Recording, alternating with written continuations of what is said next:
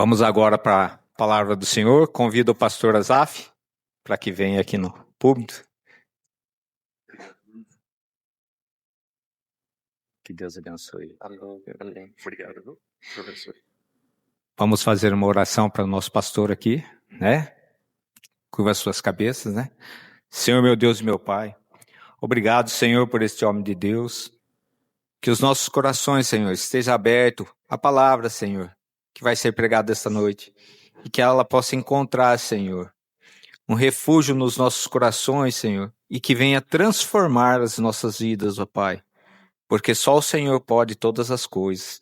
Obrigado por esta noite, obrigado desde já por esta palavra e agradecemos, Senhor, pela vinda do pastor Azaf aqui. Que o Senhor possa abençoá-lo, usá-lo, Senhor, ricamente para trazer a nós, Senhor, aquilo que o Senhor quer que nós ouçamos, ó Pai.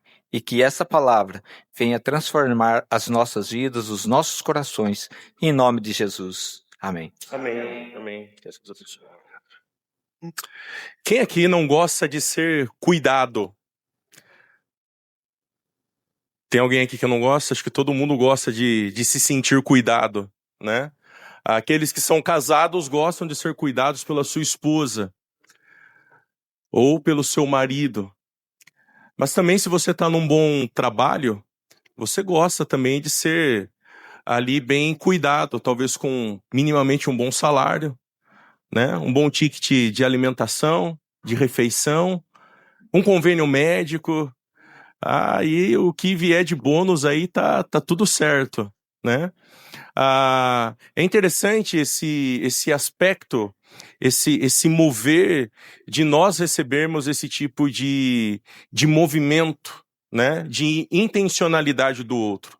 Mas é interessante também o quanto nós somos abençoados também quando nós temos essa iniciativa de se importar com o outro, de cuidar do outro. É interessante, obrigado, irmão, que quando nós olhamos para a palavra de Deus, nós identificamos Jesus sendo esse homem cuidadoso com aquelas pessoas nas quais ele se relacionava. E nós conseguimos identificar nele tamanha intencionalidade no cuidado. A gente poderia abrir aqui o Novo Testamento e a gente poderia identificar esse cuidado de Deus com o seu povo, com as pessoas na qual ele se relacionava. Mas uma coisa é certa, Deus também tem um cuidado muito especial com o seu povo, a sua igreja, na qual ele comprou, na qual ele elegeu, ele chamou para si, a fim de ser um instrumento neste mundo. E nós estamos aqui hoje, somos parte desta igreja. E talvez você está aqui hoje refletindo, ou talvez conhecendo parte desta igreja, que é uma igreja universal, espalhada por todo este mundo, na qual talvez nesse exato momento, muitas pessoas também estão o quê? Reunidas para adorar ao Senhor, para refletir, inclusive buscando o cuidado de Deus. E talvez você veio aqui hoje pensando, poxa, o que Deus pode fazer e cuidar de mim e ministrar ao meu coração? E nós vemos então esse Deus sendo cuidadoso. Eu queria convidar você a pegar sua Bíblia e abrir comigo lá no Evangelho de João, capítulo 17. E eu queria, juntamente contigo, que nós, nesta noite, pudéssemos olhar para alguns versículos onde nós vamos tentar aqui identificar esse cuidado de Deus, esse agir de Deus, um Deus que ama, que cuida e que revela o seu amor. Tem muitos textos na Bíblia que falam do amor de Deus. Talvez um dos textos conhecidos pela igreja, pela comunidade, talvez você já tenha ouvido, é que Deus ama, né? 1 João fala sobre isso, que Deus é amor. Ao mesmo tempo, também encontramos no Evangelho de João 3,16, porque Deus amou ao mundo de tal maneira. E nós vemos esse cuidado de Deus. Mas olha só o que diz aqui no Evangelho de João, capítulo 17, a partir do verso 20.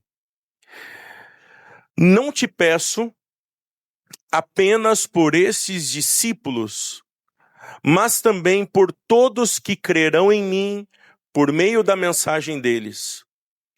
Minha oração é que todos eles sejam um, como nós somos um, como tu estás em mim, Pai, e eu estou em ti, que eles estejam em nós para que o mundo creia que tu me enviaste.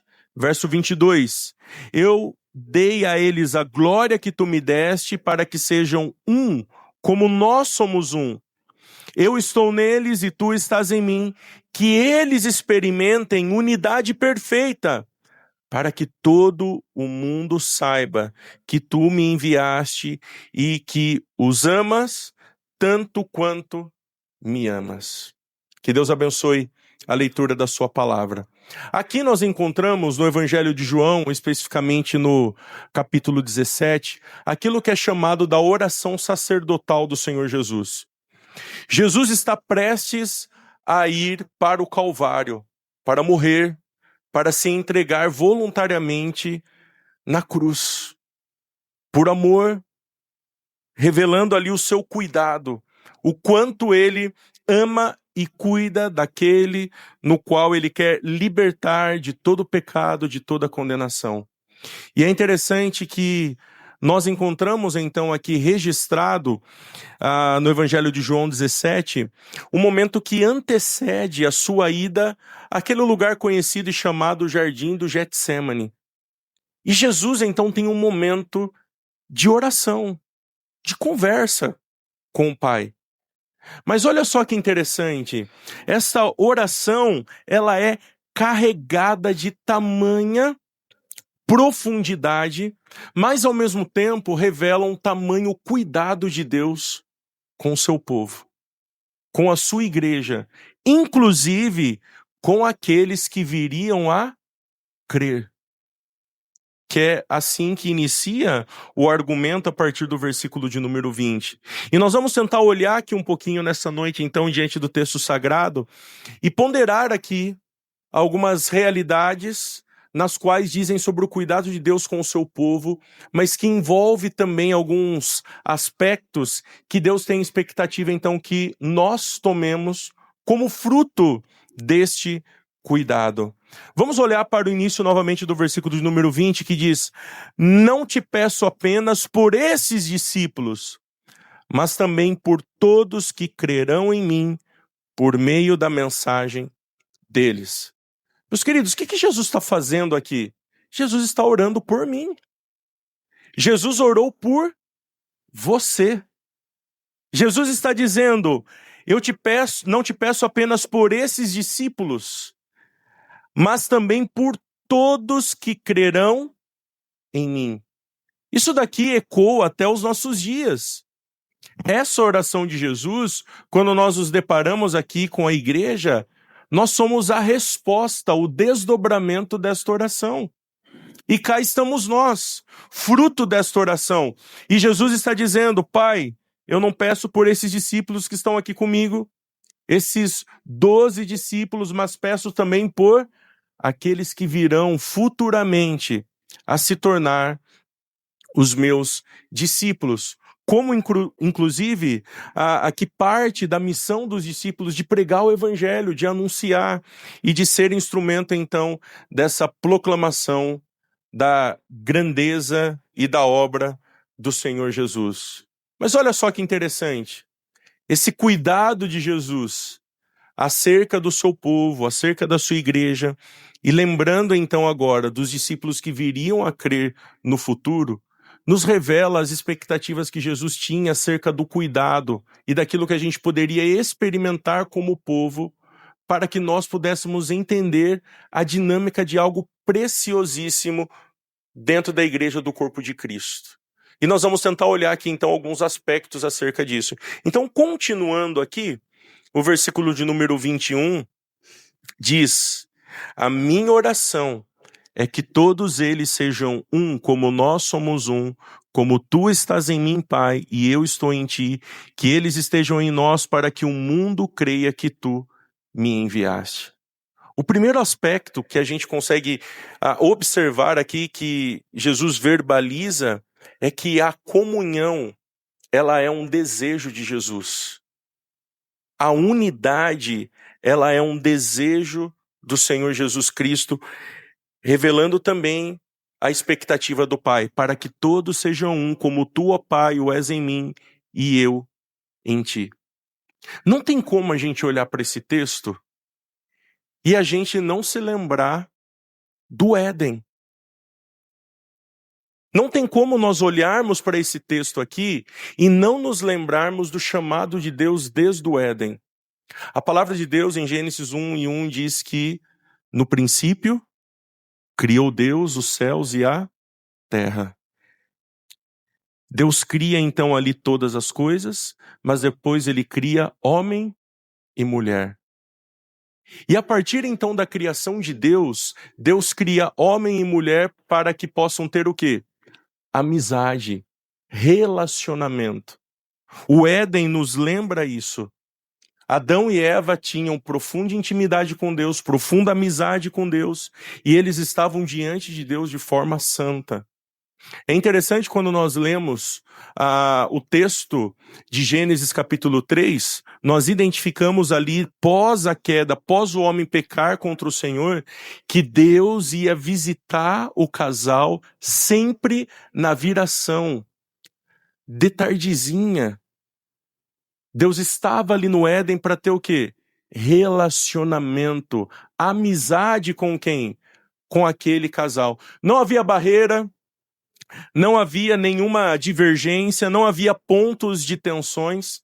Havia um Deus trino se relacionando com um casal. Havia um Deus trino tendo amizade, então, ali com o seu Criador. Inclusive, esse é um dos propósitos da gente existir. Deus nos criou para a sua glória, mas para termos o quê? Amizade com Ele. Que, inclusive, relacionamento só faz sentido na perspectiva da existência de um Criador. E um Criador, inclusive, que, como nós cremos, é 3 em 1. Como você teria propriedade para dizer que crê em um só Deus e que Ele propusesse para ti comunhão, relacionamento, se Ele é um só? Nós cremos um Deus que é 1 em 3, e a palavra de Deus diz que Ele se relaciona entre eles, amando, servindo, criando. Façamos o homem, criando juntos todas as coisas. Evangelista João também vai falar sobre isso, que no princípio o verbo estava ali com Deus, o quê? Criando. Isso revela o interesse de Deus sobre a comunhão.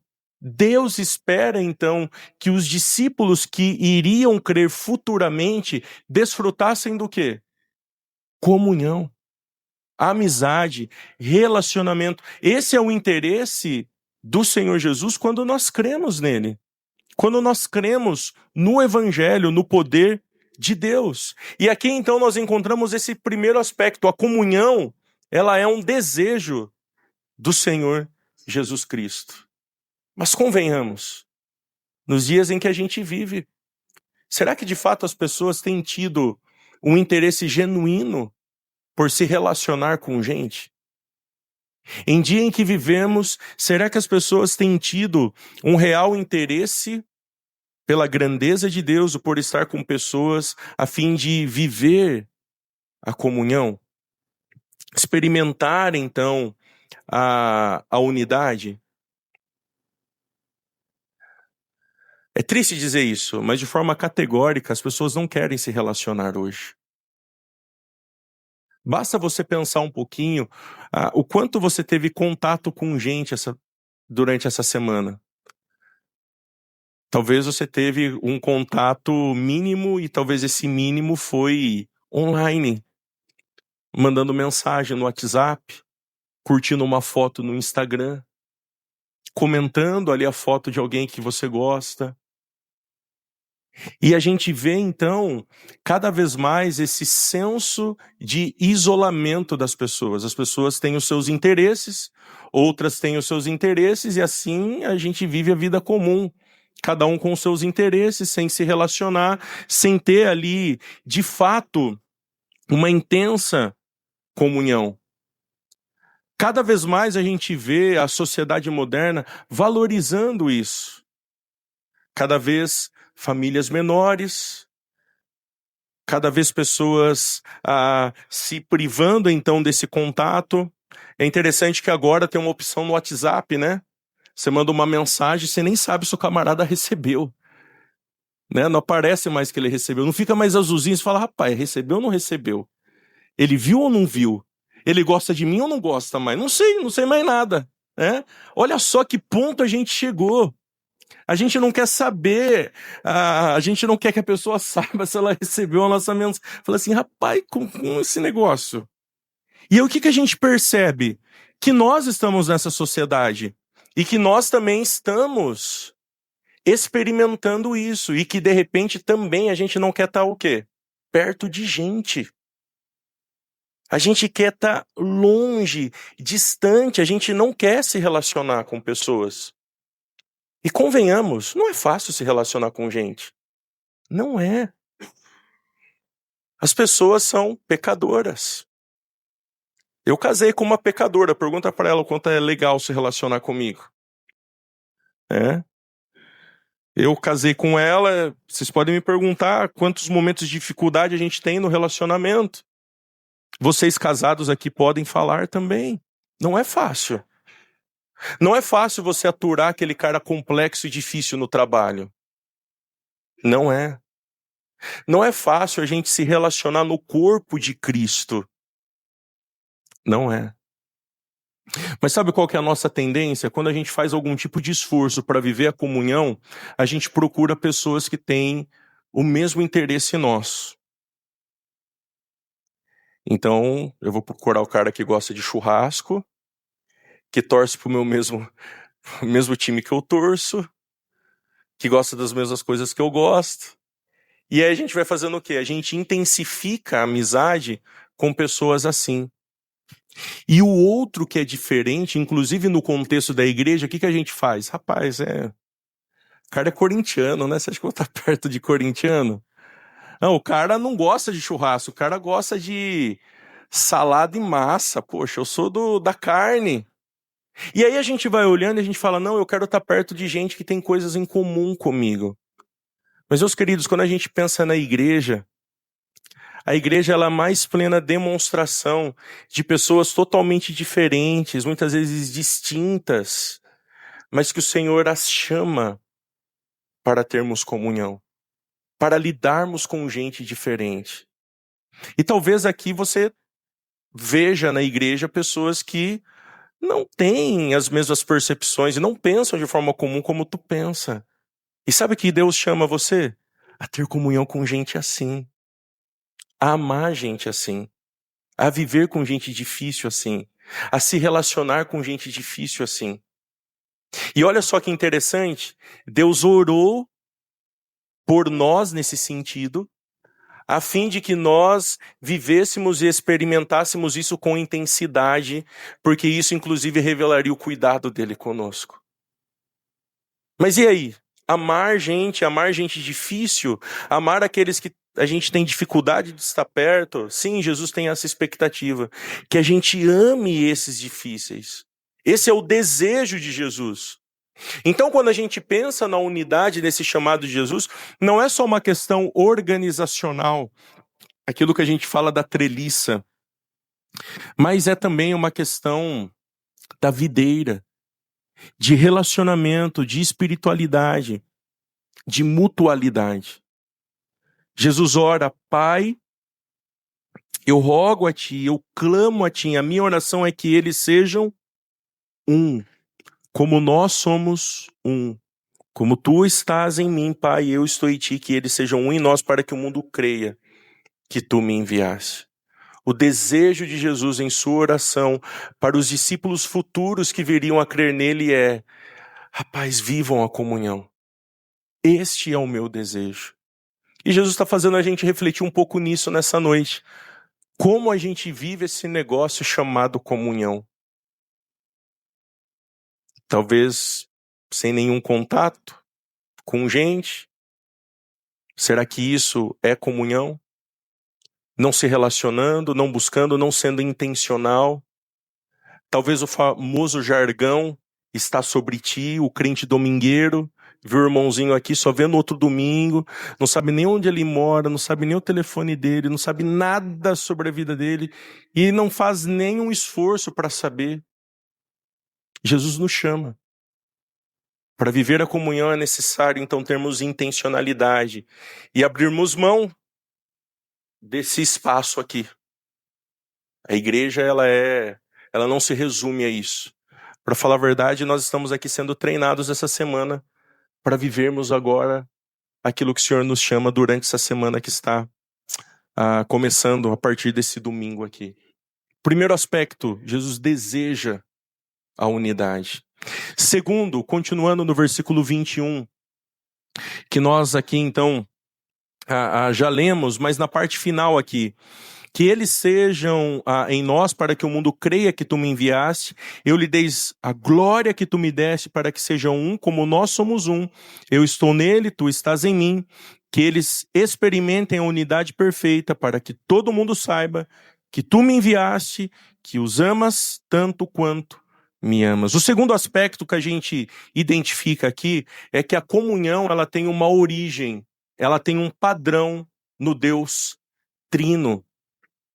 A oração de Jesus mostra então que a unidade ela precisa ser um reflexo de quem Deus é, de quem o Deus Trino é. E novamente a gente olha para onde? Para o Éden. O casal contemplou por muito tempo ali o relacionamento do Deus Trino. E eles poderiam aplicar isso à sua vida. E Jesus agora chega diante daqueles homens, Jesus agora nos deixa aqui essa oração para dizer a nós, olha, eu tenho a expectativa e o desejo que vocês vivam em comunhão. Mas a comunhão que eu quero que vocês vivam, ela não pode ser vivida a partir das suas ideias, do seu achômetro, do jeito que você acha que é legal viver. Ela precisa ser do meu jeito. Eu sou o padrão. E esse padrão é vivido na eternidade.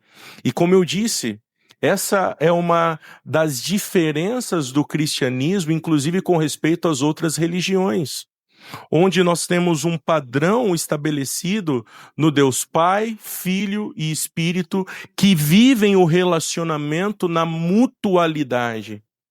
E é interessante, por que a gente relembra do Éden nesse sentido? Porque Deus cria homem e mulher, façamos o homem à imagem e semelhança de quem? De Deus, porque o casal iria fazer o quê? Vivenciar esse relacionamento e iria apontar para esse Deus Trino, quando? Em todo o tempo. Em todo o tempo. E isso faz então com que nós tenhamos aqui algo muito especial. Nós temos um padrão para se relacionar com gente. Por quê? Porque se for do nosso jeito, rapaz, e é difícil, não é verdade? Se for do meu jeito, aí a gente fica em casa, né? A gente tá lá com a nossa família, poxa, vou de fato aqui, é Netflix, pipoca, sem contato nenhum. Por quê? Porque se relacionar com gente machuca. Fere, tem momentos de alegria ali, de muita coisa legal, de bênção, mas a gente está se relacionando com pecadores e muitas vezes manter esse padrão na alegria é muito legal, bom, maravilhoso, mas e quando as coisas não são como a gente idealizou e considerou que iria acontecer? Por isso que o Deus Trino é o padrão ideal de como nós podemos nos relacionar. Quando a gente olha para a beleza do Evangelho, a gente consegue ver isso. Por exemplo, quando nós olhamos para o batismo do Senhor Jesus, lá no Evangelho de Mateus, capítulo 3, versículo 16 e 17, nós vemos ali Pai presente, o Filho presente e o Espírito presente. E um relacionamento íntimo e profundo, revelando o quê? Um padrão. Um padrão. É interessante que no ministério do Senhor Jesus Cristo, muitas e muitas vezes, Jesus reverencia o Pai, dizendo, eu faço a vontade do meu Pai. Revelando o quê? Intimidade, mutualidade. Quando nós vamos ler Efésios 1, nós encontramos ali a beleza do Evangelho na manifestação da obra da cruz, onde está presente ali a manifestação do Pai, do Filho e do Espírito, revelando a mutualidade e comunhão no exercício, inclusive, da nossa salvação. Então a Bíblia ela está repleta deste padrão. E o padrão é Deus, o padrão é o nosso Criador, e as nossas atitudes, então, se conectando com Deus Trino, fazem com que nós glorifiquemos a Deus. Demos glórias a Deus. Nós temos um chamado a viver a comunhão, é um desejo do Senhor Jesus. Nós temos um padrão para viver do jeito de Deus. E viver do jeito de Deus, então, exige de nós uma postura totalmente diferente do mundo moderno em que vivemos. Marque aí a página da sua Bíblia aí, onde nós estamos olhando aqui a oração, que nós vamos voltar aqui para ela. Vamos lá para Efésios capítulo 4 e o versículo 32. Nós vamos identificar aqui a expectativa, então, que Deus tem. Acerca do quê? Acerca do relacionamento, acerca da comunhão. Efésios capítulo 4, versículo de número 32, diz o seguinte: em vez disso, sejam bondosos e tenham compaixão uns dos outros, perdoando-se como Deus os perdoou em Cristo. A expectativa que Deus tem acerca dos relacionamentos para que vivamos a perfeita unidade. Aqui é algo que a gente reflete. Deus tem expectativa que sejamos bondosos, que tenhamos compaixão uns dos outros, que possamos perdoar uns aos outros.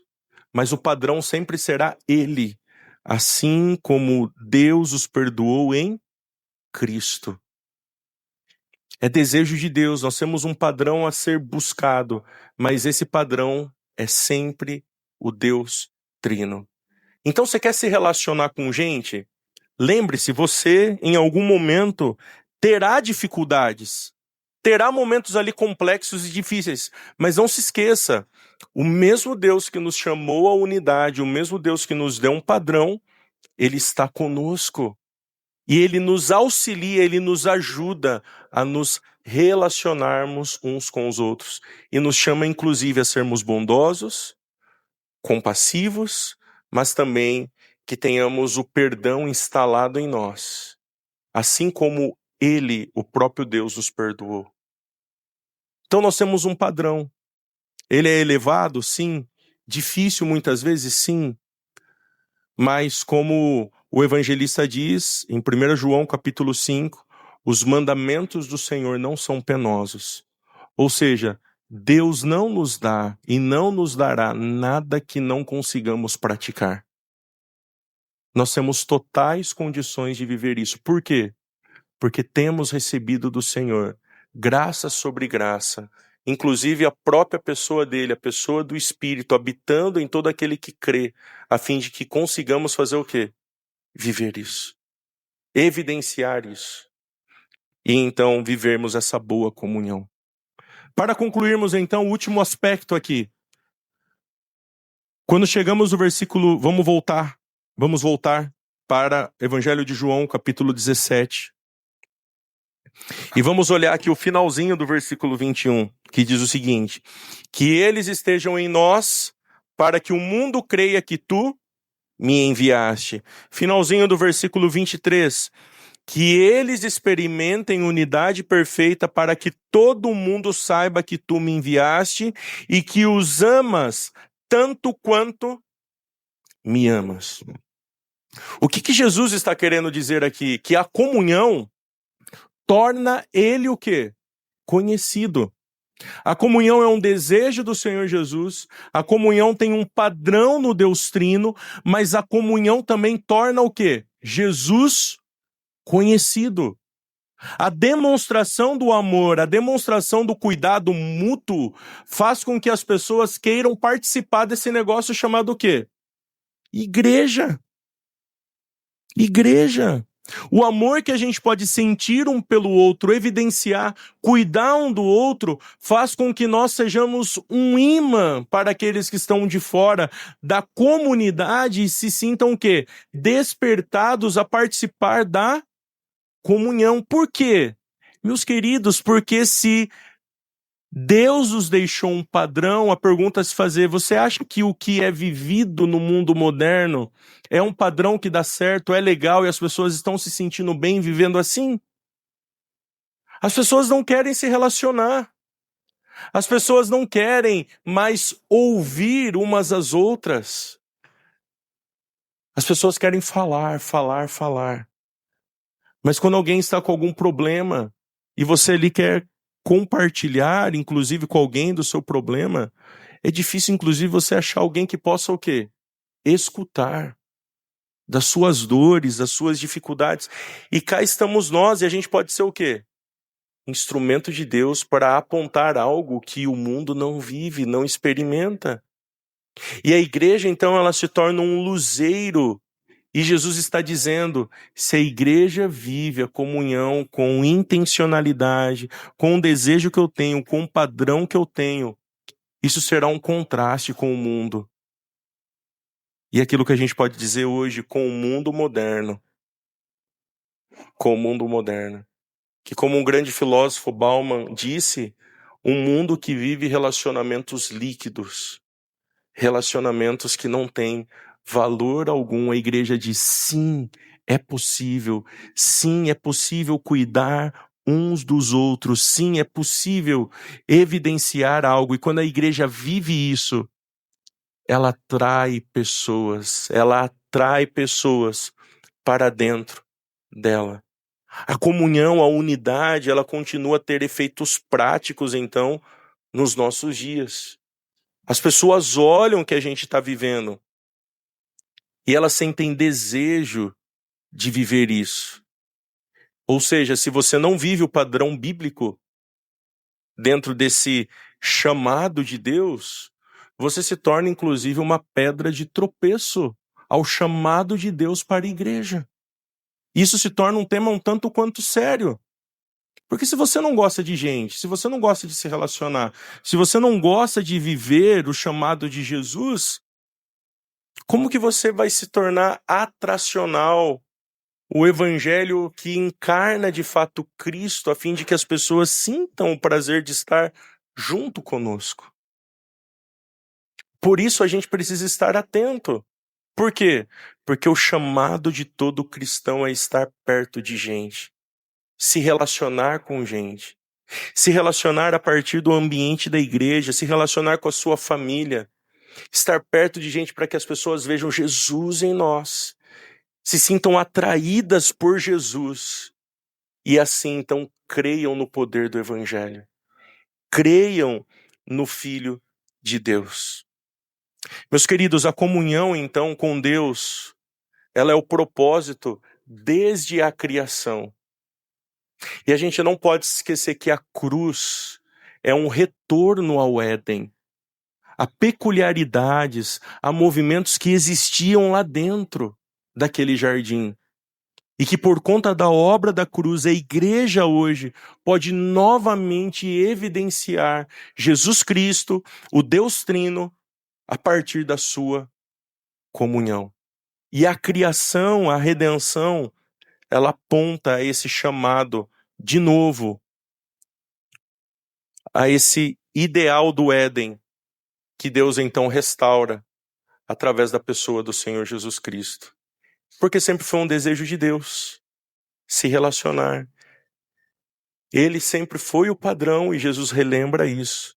E nós agora podemos atrair pessoas para perto de Jesus, para perto do Pai, porque viver então isso revela a grandeza do nosso Deus Trino.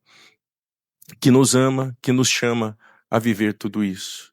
Eu queria concluir aqui deixando alguns desafios finais para a gente pensar, assim como também para que a gente possa viver essa semana com a intensidade da comunhão para a glória de Deus. O primeiro desafio é: sonde teu coração. Ou se você tem dificuldade de fazer isso, fazer essa autoanálise, peça ao Senhor: Senhor, sonda o meu coração e me mostra. Talvez você está tendo dificuldade de se relacionar com gente. E talvez Deus quer transformar isso em você. E talvez isso não se conecte só ao ambiente, talvez aqui da igreja. Talvez dificuldade de se relacionar com a sua esposa, com seu marido, com seus filhos. E Deus está dizendo: olha, abra mão, perdoe, vá em direção, seja intencional, sirva e retome novamente a amizade. Talvez aqui algum irmão da igreja, alguma irmã que você está tendo dificuldade, seja intencional, vá em direção, ame, ore por ele durante a semana, mande uma mensagem, convida ele para comer uma pizza na tua casa, tomar um cafezinho, eu não sei, mas seja intencional. Revele que você ama a gente e que você quer estar perto de gente para experimentar e viver a boa comunhão. A boa comunhão. Segundo, seja intencional. Não tem como a gente viver, meus irmãos, a comunhão aqui. Hoje, agora. Só aqui. Não se resume a comunhão a esse momento. A comunhão, ela diz respeito àquilo que a gente faz todo o dia e que vai culminar no nosso próximo domingo. E nós, então, vivemos isso dia após dia, buscando o quê? Esta comunhão. E para isso, então, precisa sermos o quê? Intencionais. Às vezes a gente tem que enfiar a mão no bolso para gastar um dinheirinho, não é? Churrasco de picanha não tá fácil, né? Mas dá para fazer com a ponta de peito ali, né? Mas brincadeiras à parte, a gente consegue fazer algo. Seja intencional. Seja intencional. Quantas vezes quando viajo ao sertão, e ali a região norte, os irmãos assim da mais plena humildade, Azaf, vem aqui em casa e tal, e às vezes eles não têm nada para oferecer, mas eles estão lá com um copinho de café assim, mais simples, ruim, a gente toma com muito açúcar, com biscoitinho de maisena, água e sal, e a gente vê o interesse do quê? De estar junto. E sabe, às vezes a gente tem tantos recursos que Deus está nos abençoando e a gente não quer o quê? Estar junto, perto. Esteja perto. Seja intencional. Terceiro, esteja diante dos irmãos para viver a comunhão. Esteja nos momentos que a igreja está reunida para viver a comunhão. Você tem participado dos cultos com regularidade? Você tem frequentado os pequenos grupos? Você tem frequentado os cultos durante a semana? Você participa das programações da igreja, da escola bíblica? Você está se engajando para viver a comunhão de uma forma ativa naquilo que a igreja se propõe a fazer para você experimentar a comunhão? Se você não está vivendo isso, eu encorajo você, viva isso. Pratique isso. Você vai ver o quanto você vai crescer e o quanto você vai ser cuidado, e você terá a oportunidade também do quê? De cuidar de gente, de amar gente, de servir gente. Então esteja nisso.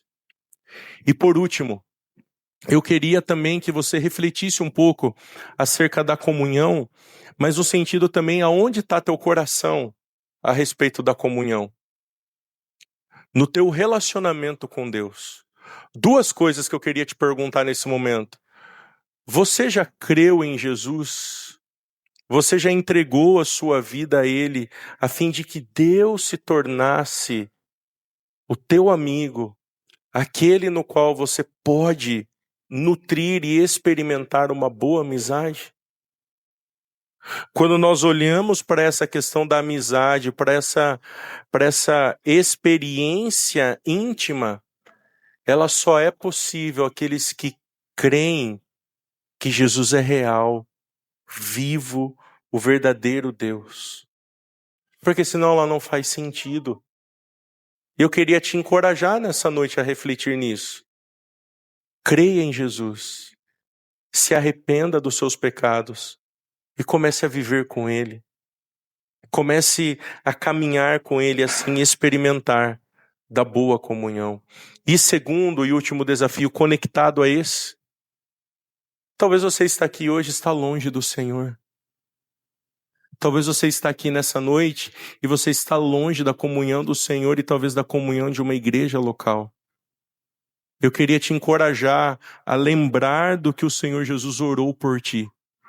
Jesus tem o desejo que você viva a comunhão e que você retome a comunhão.